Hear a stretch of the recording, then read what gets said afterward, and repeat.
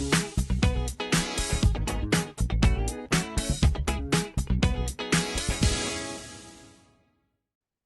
Everyone, आज हम करने जा रहे हैं एक्सरसाइज 11A, जिसमें हमें रेशियो एंड प्रोपोर्शन से जुड़े हुए कुछ क्वेश्चंस करने हैं। एंड इन क्वेश्चंस को सॉल्व करने से पहले हमें एक चीज जाननी है, जो कि होती है डायरेक्ट डायरेक्ट वेरिएशन कह लो, या फिर प्रोपोर्शन कह लो। ठीक है, प्रोपोर्शन। ये दो चीजें होंगी, डायरेक्ट वेरिएशन कहो या फिर आप प्रोपोर्शन कहो, दोनों का मतलब एक ही है। अब एक्चुअल में क्या है तो वो देख लेते हैं। अगर हम बात करें, आपका एक नंबर ले लेते हैं 5/10, रेशियो ले लिया, और दूसरा रेशियो ले लेते हैं 10/20। ठीक है। अब अगर आप एक चीज देखेंगे, इनकी अगर आप सिंपलेस्ट फॉर्म देखेंगे तो क्या होगी, 5 1 5 और 5 2 10। यहाँ पर भी देखें, 10 1 10 एंड 10 2 10 सो बेसिकली अगर आपको देखें, जब भी दो रेशियो का, दो या उससे ज्यादा रेशियोज का सिंपलेस्ट वैल्यू सेम आ रहा हो, इसको क्या बोलेंगे, क्योंकि इससे ज्यादा और रिड्यूस हो नहीं सकती। तो जब भी आपका सिंपलेस्ट वैल्यू दो या दो से ज्यादा रेशियो का सेम आ रहा हो, उसे ही हम क्या कहेंगे, डायरेक्ट वेरिएशन। तो एक दो एग्जांपल और ले लेते हैं, जैसे 5/15 ले लो, 1/3 ले लो, 4 आपका जो है 12 ले लो। तो ये सभी क्या है, सिंपलेस्ट वैल्यू इसकी 1/3 है। तो ये सारे रेशियो डायरेक्ट प्रोपोर्शन में आएंगे। ठीक है। तो चलो अब हम क्वेश्चन सॉल्व कर लेते हैं, सीधे क्वेश्चन नंबर 1 पर जाते हैं। ये सिंपल सा क्वेश्चन है, और आप चाहें तो इसे बुक में ही सॉल्व कर सकते हैं। वो कैसे, चलो सॉल्व करके देखते हैं। ठीक है। तो सबसे पहले अगर हम बात करें इस क्वेश्चन में, determine x and y are in direct proportion और not in each of the following. तो जैसे अगर हम ए की बात करें, तो हमें ए में ये चेक करना है कि ये एक्स और वाई की वैल्यूज दी हैं अलग अलग। अब आपको ये चेक करना है क्या ये प्रोपोर्शन में है या नहीं। तो देख लेते हैं।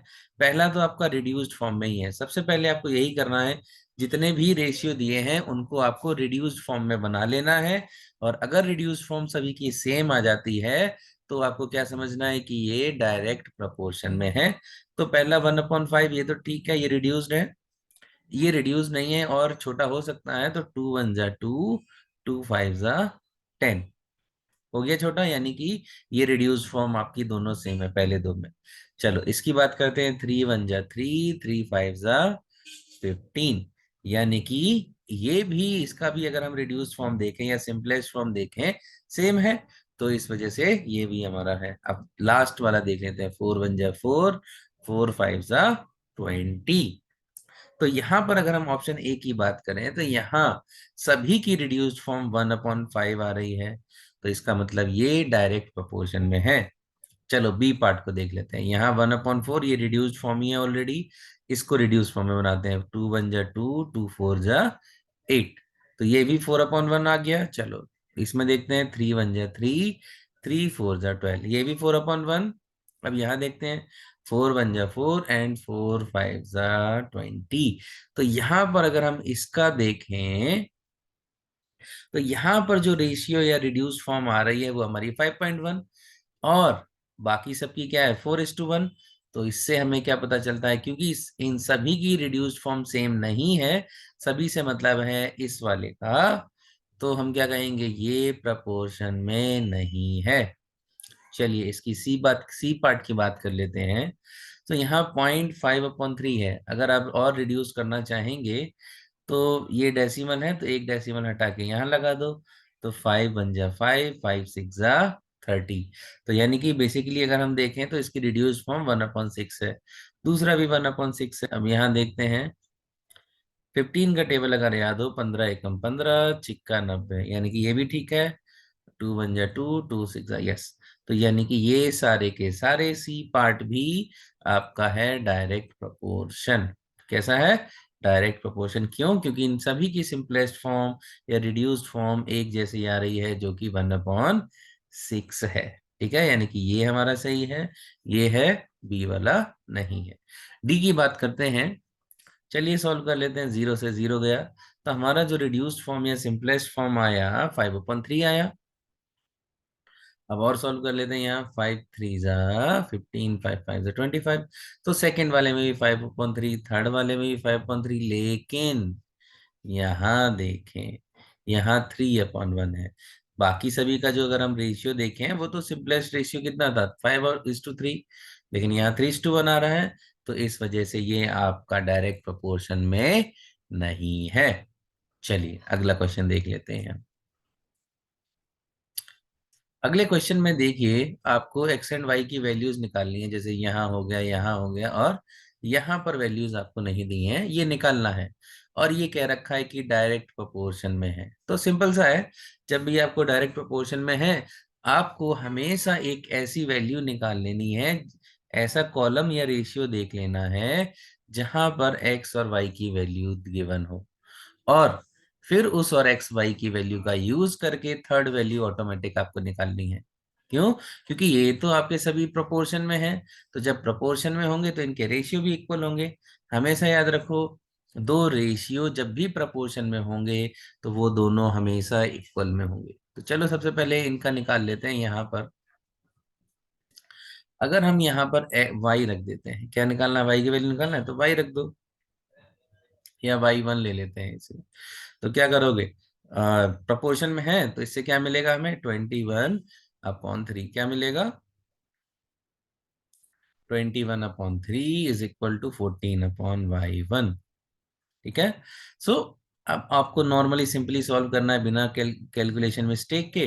तो सबसे पहले रेसिप्रोकल कर दो। रेसिप्रोकल में क्या होगा, y1 आपका ऊपर चला जाएगा, 14 नीचे, इसी तरीके से 3 ऊपर और 21 नीचे। अब सॉल्व कर दो। हमें बस वही रूल्स याद रखने हैं कि जब भी आपकी कोई टर्म एलएचएस से आरएचएस की तरफ जाएगी तो क्या होगा, वो उसके साइंस चेंज हो जाएंगे। अगर डिवाइड में है तो मल्टीप्लाई, और मल्टीप्लाई में है तो डिवाइड में। अब सवाल ये है कि इनको मूव ही क्यों कराना है, क्योंकि हमें इसकी वैल्यू जो निकालनी है, अब इसकी वैल्यू निकालनी है तो इसको छोड़कर बाकी सभी को दूसरे साइड आपको भेजना होता है। ठीक है, तो चलो दूसरे साइड भेज देते हैं। तो y1 आपका यहाँ क्या आ जाएगा, y1 अगर आप कैलकुलेशन करेंगे, सो y1 is equal to 3 into 14 upon 21। 7 2 जा 14, 7 3 जा, तो ये y1 आपका आ गया 2। ये वैल्यू मिल गई। चलो अब हम बात करते हैं, यहाँ वैल्यू निकालना है।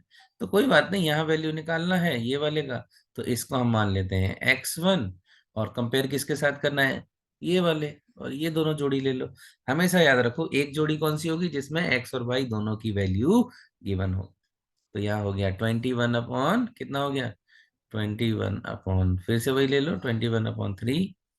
ठीक है, 21/3 ले लिया, इक्वल टू x1/5।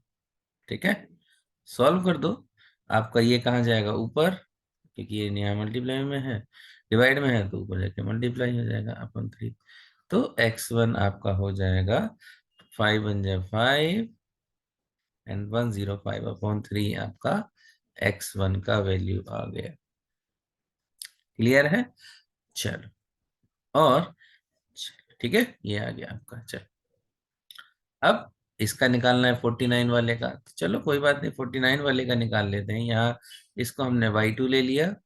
चलो तो क्या आ जाएगा, 21/3 इज इक्वल टू 49/y2।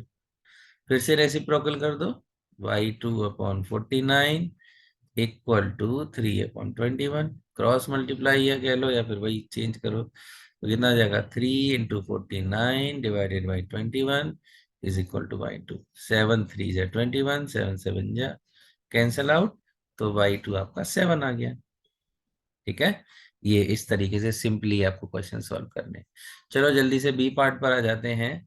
तो जब हम बी पार्ट पर आ रहे हैं तो यहाँ पर भी आपको देखो, यहाँ वैल्यू नहीं दिया है, यहाँ वैल्यू नहीं दिया है, यहाँ नहीं दिया, यहाँ नहीं दिया, यहाँ नहीं दिया। तो मैंने क्या कहा, आपको कौन सा पे रेशियो देखना है जहां दोनों वैल्यूज गिवन हो। सबसे पहले ये गिवन है तो ये रेशियो ले लो ये। ठीक है, चलो 3/12 हो गया। अब इसको हम y1 मान लेंगे, अगर ये हमारा y1।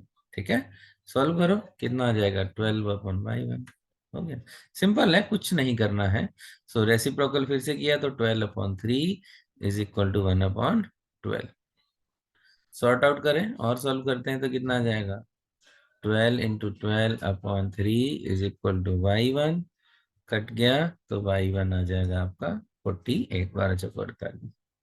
ठीक है, चलो अब यहाँ पर देख लेते हैं, ये इसको हम y2 ले लेते हैं। ठीक है, तो इसको सॉल्व कर लेते हैं। y2 को कैसे करेंगे, सिंपल है। कैसे, चलो देखो, यहाँ पर जो है हमें वही 5/y2 ले लो इज इक्वल टू 3/12। रेसिप्रोकल करेंगे तो y2/5 आ जाएगा और 3/12। सॉल्व करो, क्या आ जाएगा, y2 इज इक्वल टू 3 × 5/12, है ना। तो कितना आ गया, 15/15 दिया, 5 दिए 15/12 ये आ गया। और आ जाएगा आपका 5 3 जा क्या कहते हैं, 3 5 = 15, 3 4 = 12। y2 आ गया कितना, 5/4। और डिवाइड करके आप वैल्यूज रखेंगे तो डेसिमल में वैल्यूज आपको ले लेनी है। ठीक है, चलो अब रह गया हमारा ये वाला पार्ट, तो इसको मान लेते हैं x1। फिर से सॉल्व कर लेते हैं, तो क्या आ जाएगा, x1/8 इज इक्वल टू 3/12। तो x1 इज इक्वल टू कितना हो गया, 8 ऊपर चला गया, 8 × 3/12। 4 2 = 8, 4 3 = 3 कैंसिल, तो x1 आ गया कितना, 2। ठीक है, चलो ये भी सॉल्व हो गया। बी पार्ट, अब एक पार्ट करेंगे कोई सा, चलो सी पार्ट और डी पार्ट आपको खुद से होमवर्क में करना है। और अगर नहीं आता है तो कमेंट बॉक्स में करके बताइए, हम उसको सॉल्व करने की कोशिश करेंगे। ठीक है, यहाँ मान लेते हैं ये हमारा y1 है, ये y2 है और ये x1 है। चलो अब सॉल्व कर लेते हैं। तो मैंने वही फिर से कहा था आपको, क्या कौन सा रेशियो लेना है, एक जहां दोनों वैल्यूज गिवन है, तो ये वाला है जहां दोनों वैल्यूज गिवन है। तो सॉल्व करो, तो 6/y1, 6/y1 is equal to 3.6/0.36। Solve करो रेसिप्रोकल पहले, y1/6 और ये हो जाएगा 0.36/3.6। और अगर हम इसको सॉल्व करें तो ये 36/100 इंटू 36/10 ये हो गया। ये कैंसिल आउट, ये कैंसिल आउट, ये जीरो से ये जीरो गया। चलो सॉल्व करते हैं, तो y1 बेसिकली कितना आ जाएगा, 6/10। क्योंकि ये डिवाइड में है ना, तो दूसरी साइड जाएगा तो मल्टीप्लाई में, और बेसिकली 0.6 आ गया। ठीक है, तो ये y1 की वैल्यू आ गई। अब y2 भी निकालना है, तो चलो कोई बात नहीं, निकाल लेते हैं। तो यहाँ है ये आपका 29/y2, और वही से फिर से वही 36/100। इसका रेशियो तो हमने निकाल लिया था, इंटू 36/10। ये कैंसिल आउट हो गया, 36 और रेसिप्रोकल अगर हम करेंगे तो रेसिप्रोकल से कितना जाएगा, 29 और ये 10।